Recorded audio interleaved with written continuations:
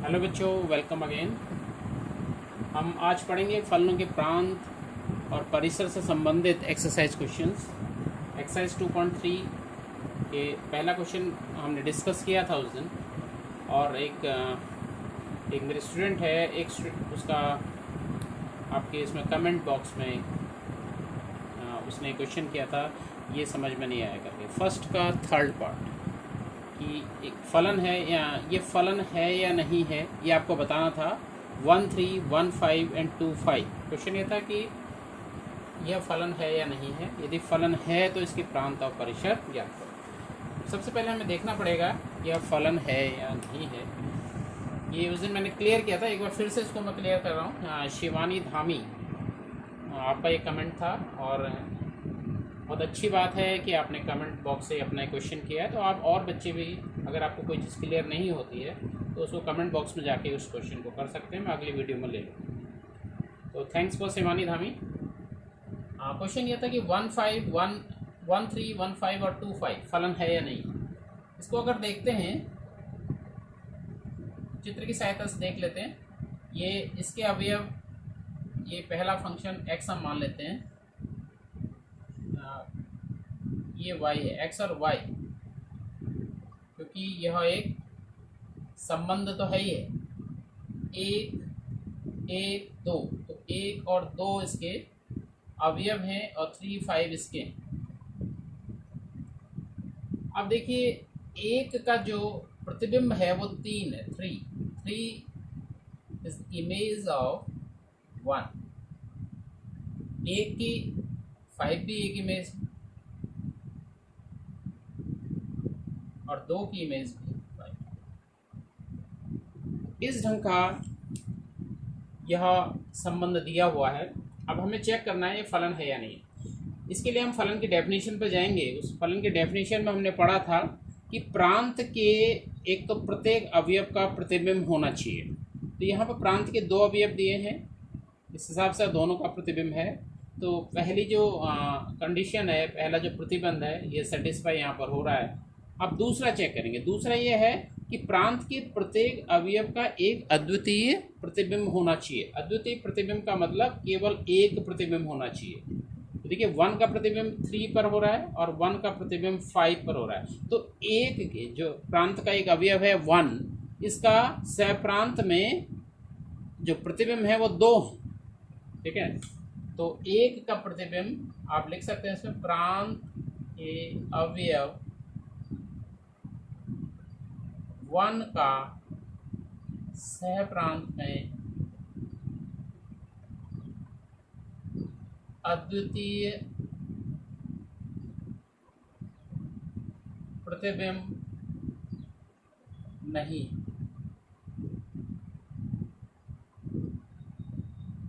अद्वितीय प्रतिबिंब नहीं है क्योंकि इसके 2 प्रतिबिंब। ठीक है, आप लिख सकते हैं यहाँ पर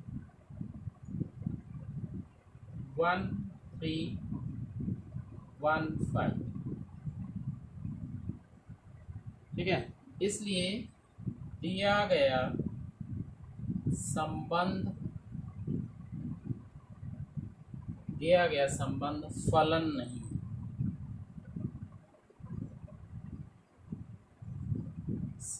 ठीक है, इस ढंग से इस क्वेश्चन को आपको समझना है। फिर से एक बार क्लियर करता हूँ। कोई भी संबंध फलन तब होगा जब पहला उसमें जो प्रतिबिंब है, पहला जो कंडीशन है वो ये है कि प्रांत के प्रत्येक अवयव का सहप्रांत में एक प्रतिबिंब होना चाहिए। दूसरी कंडीशन ये है कि प्रांत के अवयव का सहप्रांत में जो प्रतिबिंब है वह अद्वितीय होना चाहिए, यूनिक होना चाहिए। यूनिक का मतलब केवल एक होना चाहिए। ठीक है, लेकिन यहाँ पर जो प्रांत का अवयव 1 है, इसके सहप्रांत में 2 प्रतिबिंब हैं, प्रांत 3 भी है और 5 भी है। इसलिए यह जो दिया गया संबंध है यह फलन नहीं। ओके, चलिए अब आगे बढ़ते हैं। इस एक्सरसाइज के क्वेश्चन नंबर, इस एक्सरसाइज को आगे बढ़ाते हुए क्वेश्चन नंबर 2 को देखते हैं। यहाँ पे एक फलन दिया हुआ है f(x) = -mod x। Minus mod x, मापांक फलन होता है मॉड एक्स।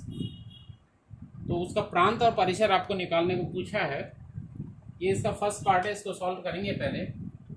देखिए सबसे पहले प्रांत क्या होता है, किसी फलन का प्रांत ये होता है, यहाँ पर x की बात हो रही है तो x के जिन मानों के लिए, x के जिन मानों के लिए यह फलन परिभाषित है, वो सभी मानों को अगर इकट्ठा कर दिया जाए, एक साथ लिख दिया जाए, तो वो होते हैं प्रांत के अवयव।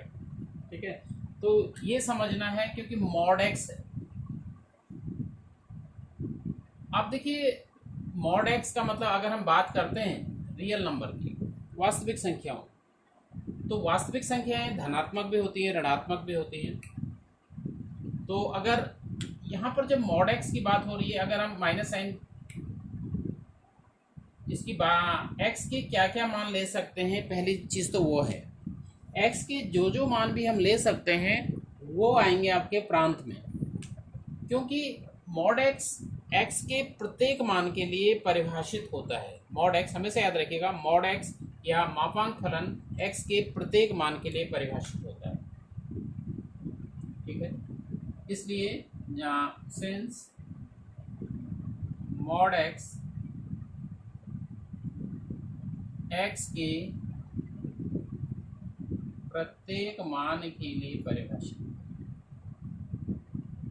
प्रत्येक मान के लिए परिभाषित है।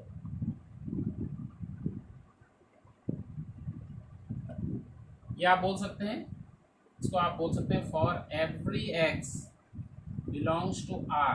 आर का मतलब है real number. F x is defined.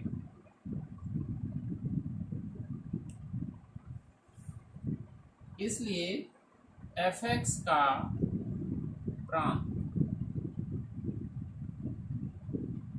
ये हो जाएगा आर, क्योंकि प्रत्येक मान के लिए, प्रत्येक वास्तविक संख्या के लिए एफ एक्स परिभाषित है या डिफाइंड है, वेल डिफाइंड है।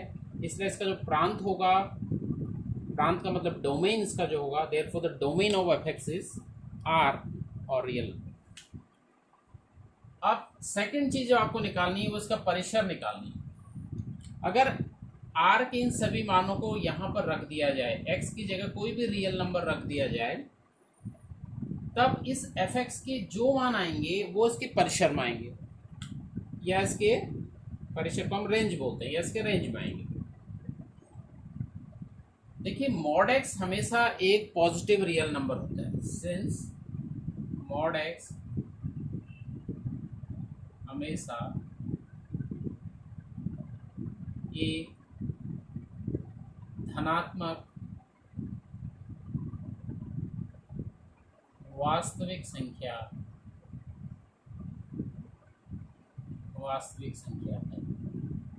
Since mod x is always a positive real number, क्योंकि अगर हम ऋणात्मक संख्याएं ले लें, ऋणात्मक वास्तविक संख्या ले लें या धनात्मक वास्तविक संख्या ले लें, उनका जब हम मॉड निकालेंगे तो हमेशा एक धनात्मक वास्तविक संख्या आएगी। तो मॉड एक्स हमेशा एक धनात्मक वास्तविक संख्या है। लेकिन यहाँ पर एफ एक्स जो है माइनस मॉड एक्स है। अब मॉड एक्स मैंने बताया कि हमेशा एक धनात्मक वास्तविक संख्या है, और इसको बाहर से ऋण का चिन्ह है, इसका मतलब ऋण चिन्ह से वो चीज़ गुणा हो रही है। तो this implies minus mod x हमेशा एक ऋणात्मक वास्तविक संख्या।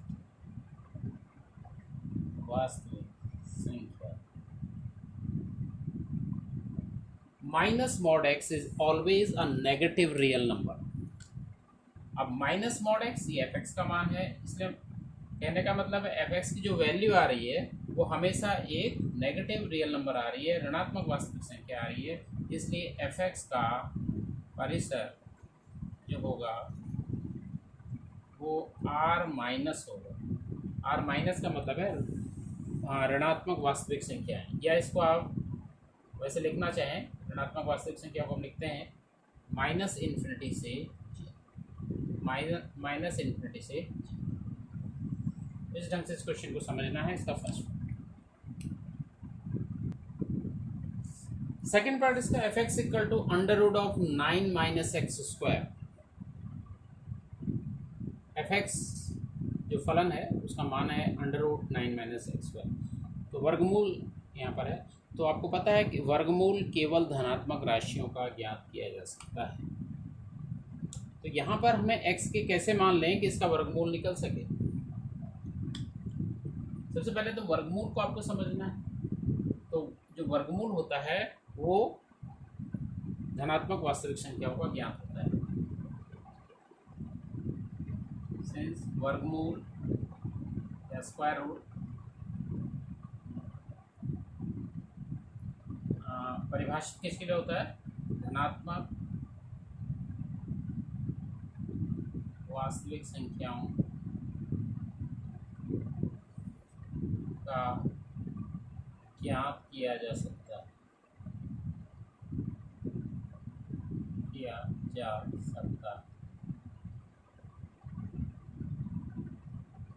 धनात्मक वास्तविक संख्याओं का और इसके साथ साथ जीरो का। तो कहने का मतलब है जीरो को इंक्लूड करते हुए जीरो से इन्फिनिटी तक कोई भी नंबर ले लीजिए, धनात्मक वास्तविक संख्या इंक्लूडिंग जीरो, तो उसका आप स्क्वायर रूट ज्ञात कर सकते हैं। कहने का मतलब है इसको होना चाहिए जीरो या जीरो से बड़ा। अब देखिए जीरो कब होगा? 9 माइनस एक्स स्क्वायर को यदि मैं शून्य ले लूँ तो 9 इक्वल टू एक्स स्क्वायर आ जाएगा। एक्स स्क्वायर की वैल्यू आ गई 9 और दिस इम्प्लाइज एक्स की वैल्यू आ गई प्लस माइनस 3। एक्स की वैल्यू आ गई प्लस माइनस 3। अब प्लस माइनस 3 से अगर मैं बड़ा ले लूँ यहाँ पर तो ये नेगेटिव हो जाएगा। जैसे यहाँ पर -3 से 3 इनके बीच में ये डिफाइन होगा। इनके बीच x का यदि ये मान ले लिया जाए तब इसका वर्गमूल निकल जाएगा। यदि -3 से छोटा ले लिया जाए, जैसे अगर हम -4 भी लेते हैं, -4 लेने पर तो ये 9 -4 का स्क्वायर 16, 9 माइनस 16 -7 का स्क्वायर रूट परिभाषित नहीं होगा। ऐसे 3 से बड़ा लेने पर भी ये परिभाषित नहीं होगा क्योंकि ये नेगेटिव नंबर आ जाएगा और नेगेटिव नंबर का वर्गमूल ज्ञात नहीं किया जा सकता। ठीक है, तो इसका मतलब है x के इन मानों के लिए x के इन मानों के लिए ही यह परिभाषित है। इसलिए f(x) का प्रांत या डोमेन जो आएगा वो आएगा -3 से 3। ये क्योंकि इन मानों के लिए, जिन मानों के लिए x के लिए ये परिभाषित है वही इसके प्रांत में आएंगे। तो -3 से 3 के बीच की कोई भी वैल्यू आ जाएगी इंक्लूडिंग -3 और 3, तो ये डिफाइन हो जाएगा। तो ये इसके प्रांत में आ जाएंगे, ये डोमेन में। अब यदि ये मान रख दिए जाएं तो इसके मान क्या हो अब देख लेते हैं। तो एक हम -3 रख के देखते हैं यहाँ पे। x इक्वल टू -3 पर f(x) की जो वैल्यू आएगी ये आएगी 9 माइनस -3 का स्क्वायर। तो 9 माइनस -3 का स्क्वायर भी 9 माइनस 9 जीरो का वर्गमूल 0। और इसके बीच में एक वैल्यू 0 ले लेते हैं क्योंकि ये 0 पर ही सबसे ज़्यादा आना है। पर f(x) 9 माइनस 0 का स्क्वायर तो ये 3 है। ठीक है, ये आ जाएगा 3, ये आ जाएगा 0 पे। और x इक्वल टू 3 पर यदि ले लें तो फिर से 9 माइनस 3 का स्क्वायर, ये भी 0 आ जाएगा। 9 माइनस 9 0। तो कहने का मतलब है ये f(x) की वैल्यू आ रही हैं। यदि ये मान रख दिए जाएं, प्रांत के ये मान रख दिए जाएं, तो जो f(x) की वैल्यू आ रही हैं सबसे कम जो आ रही है वो 0 आ रही है और सबसे ज़्यादा 3 आएगी। क्योंकि जब इसका मान 0 होगा तो 9 में से कुछ भी नहीं घटेगा, तो ये f(x) का मान अधिकतम होगा और ये अधिकतम मान आ जाएगा 9 माइनस इसको 0 होने पे। यदि x का मान 0 के अलावा कुछ होता है तो 9 में से कोई चीज़ आप सब्ट्रैक्ट कर रहे हैं तो इसकी वैल्यू 9 से हमेशा कम होनी है और 9 से कम होगी तो उसका जो स्क्वायर रूट लेंगे वो 3 से कम ही आएगा। तो कहने का मतलब है जो वैल्यूज आ रही हैं, जो परिसर में इसकी वैल्यूज आ रही हैं वो आ रही हैं 0 से 3। इसलिए परिसर, इसलिए एफ एक्स का परिसर या रेंज आ जाएगी 0 से 3, इसके बीच में ही है।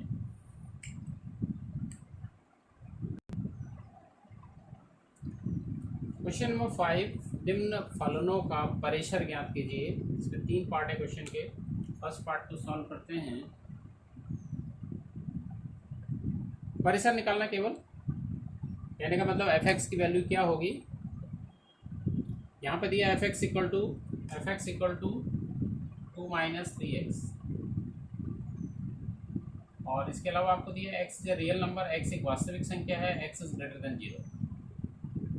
x इज ग्रेटर देन 0 समझने वाली बात है। x का मान 0 से बड़ा है, अर्थात x एक, क्योंकि x एक वास्तविक संख्या और 0 से बड़ी है तो धनात्मक वास्तविक संख्या आपको लेके चलनी है।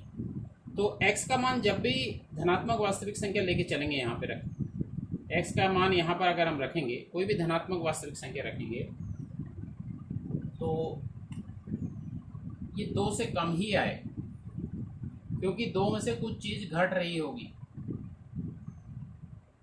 तो 0 पर सबसे पहले, अब देखिए 0 तो हो नहीं सकता, लेकिन 0 से बड़ा होगा, तो एक आपको लिमिट आपको देखना ही पड़ेगा जब इसका मान 0 रखते हैं यहाँ पर, क्योंकि x की जो वैल्यू है वो 0 से बड़ी है। तो 0, अगर x मान 0 होता तो एफ एक्स का मान 2 माइनस 3 इंटू 0 दैट इज 2 होता, लेकिन 2 पॉसिबल नहीं है, लेकिन 2 से ज़्यादा पॉसिबल है।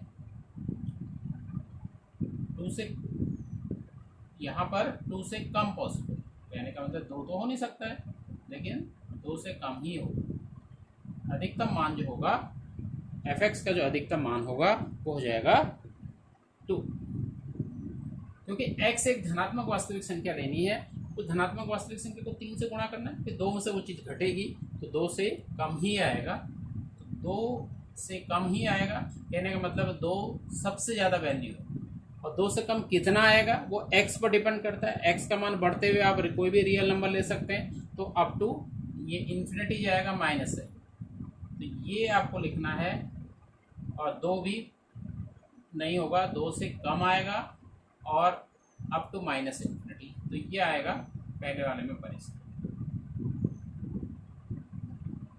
Second part, f x equal to x square plus 2, x belongs to are.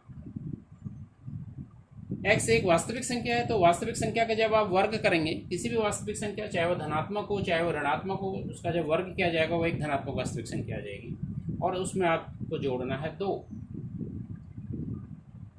तो कहने का मतलब है x का मान कुछ भी आप ले लें, अगर आप x का यदि धनात्मक वास्तविक संख्या 0 के अलावा यदि कोई मान होता है, चाहे वो ऋणात्मक हो या धनात्मक हो, तो 2 में कोई ना कोई चीज़ जुड़ेगी, क्योंकि यदि ये 0 से कम, जैसे -1 भी है तो -1 का स्क्वायर 1 हो जाएगा, तो 2 में 1 ऐड हो जाएगा। ठीक है, तो कोई भी अगर x की वैल्यू चाहे नेगेटिव पॉजिटिव हो 0 के अतिरिक्त, तो इसका मान 2 से अधिक होगा। कहने का मतलब है 2 इसका सबसे छोटा मान होगा, 2 होगा, और ये होगा x बराबर 0 पर। x बराबर यदि हम 0 ले लें तो 0 स्क्वायर प्लस 2 दैट इज 2, और कहाँ तक होगा वो x के मान पर निर्भर करता है कि कहाँ तक एफ एक्स का मान जाएगा। तो x का मान, क्योंकि कोई भी बड़ी से बड़ी वास्तविक संख्या हो सकती है, तो ये अप टू इन्फिनिटी जाएगा, और 2 पॉसिबल है, 2 भी आपको लेना है, तो 2 इसमें इंक्लूड आप करेंगे, तो ये आएगा इसका परिसर। थर्ड पार्ट, एफ एक्स का मान है x एक रियल नंबर। अब देखिए एफ एक्स खुद x के बराबर है, और x कोई भी रियल नंबर है, तो एफ एक्स और x बराबर है, इसलिए इसका परिसर ही हो जाएगा r, इसका परिसर भी हो जाएगा r, क्योंकि इसका प्रांत आपको दिया है, प्रांत यहाँ पर दिया है r। ठीक है, तो हर प्रश्न में प्रांत आपको दिया है और सब में परिसर पूछा गया है। तो यहाँ पर क्योंकि प्रांत और परिसर आपस में बराबर है, एफ एक्स और x आपस में बराबर है, और x रियल नंबर है, तो परिसर भी रियल नंबर ही होगा। Question number 4, TC equal to 9C/5 + 32 जब आप फ़ारेनहाइट पैमाने पर मान निकालते हैं, टेम्परेचर का मान निकालते हैं, और सी जो है यहाँ पर सेंटीग्रेड पैमाने पर आपको दिया है, तो सेंटीग्रेड और फ़ारेनहाइट में एक संबंध होता है इस प्रकार का। तो T C equal to 9C/5 + 32। C यहाँ पर सेंटीग्रेड पर है और टी सी का जो मान आएगा वो फ़ारेनहाइट पैमाने पर आएगा। तो पहला पार्ट क्वेश्चन का T0 की वैल्यू पूछी थी, बहुत आसान है। एक फंक्शन दिया है, सी की जगह आपको 0 लिखना है दोनों साइड, यहाँ साइड, यहाँ पर सी की जगह 0 लिखा तो यहाँ पर भी सी की जगह आपको 0 लिखना। तो देखिए 9 × 0 0, 0.5 0 + 32 डिग्री, इसका मतलब 0 डिग्री सेल्सियस 32 डिग्री फ़ारेनहाइट की। सेकंड पार्ट, थर्ड पार्ट आप कर सकते हैं, बहुत इजी है। फोर्थ पार्ट है, सी की वैल्यू पूछी गई है, टी सी इक्वल टू 212 दिया गया है। तो अब आप संबंध से चलेंगे, T C equal to 9C/5 + 32, ये इनके बीच में रिलेशन है। टी सी की जगह आपको लिखना है 212 इक्वल टू 9C/5 + 32 को पक्षांतर कर देते हैं, सब्ट्रैक्ट कर देते हैं, 0 2 - 2 0, 21 दिया जाएगा। यहाँ से सी की वैल्यू आपको निकालनी है, ये 5 यहाँ मल्टीप्लाई में आ जाएगा और 9 डिनोमिनेटर में आ जाएगा, ये सी की वैल्यू आ जाएगी। तो सी इक्वल टू 100, ठीक है। तो इसका टी सी मतलब फ़ारेनहाइट पर 212 है, तो सेल्सियस में उसका वैल्यू जो हो जाएगी वो 100 हो जाएगी। यहाँ पर सी का मान आपसे पूछा गया तो 100। ये एक्सरसाइज समाप्त होती है। आज के लिए इतना ही। Thank you very much.